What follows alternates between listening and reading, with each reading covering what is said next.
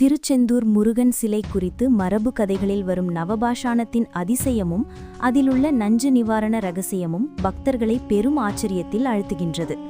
சித்தர்கள் பயன்படுத்திய 9 அரிய கனிமங்களும் மூலிகைச் சேர்மங்களும் தனித்தனியாக மிகுந்த நஞ்சுத்தன்மை கொண்டவை என்பதால் அவை நவபாஷாணம் எனப்படும்போது நஞ்சாகவே கருதப்பட்டன. ஆனால் சித்தர் போகர் மரபில் இந்த பொருட்களை நூறுக்கணக்கான முறை அரைத்து குறிப்பிட்ட மூலிகை திரவங்களுடன் கலக்கி சமநிலைக்கு கொண்டு வந்தால் அந்த நச்சுத்தன்மை முழுவதும் குறைந்து மருத்துவ குணமாக மாறும் என்று நம்பப்பட்டது.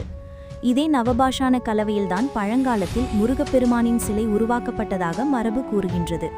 சிலை மீது பால், நீர், பஞ்சாமிர்தம் போன்ற அபிஷேகங்கள் ஊற்றப்படும் போது நவபாஷாணத்தில் உள்ள நுண்ணிய கனிமத் துகள்கள் அந்த அபிஷேக திரவத்தில் கலந்து நச்சுத்தன்மையின்றி உடலுக்கு நன்மை செய்யும் பொருளாக மாறும் என்று சித்தர்கள் விளக்கினர்.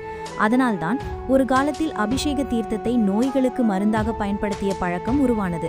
அறிவியல் நோக்கில் பார்க்கும்போது நவபாஷாணத்தில் உள்ள சேர்மங்கள் மிக குறைந்த அளவில் மட்டுமே அபிஷேக நீரில் கலப்பதால் அவை தீங்கு விளைவிக்காது, மாறாக கனிமச்சத்துகளாக செயல்படலாம் என ஆராய்ச்சியாளர்கள் கூறுகின்றனர்.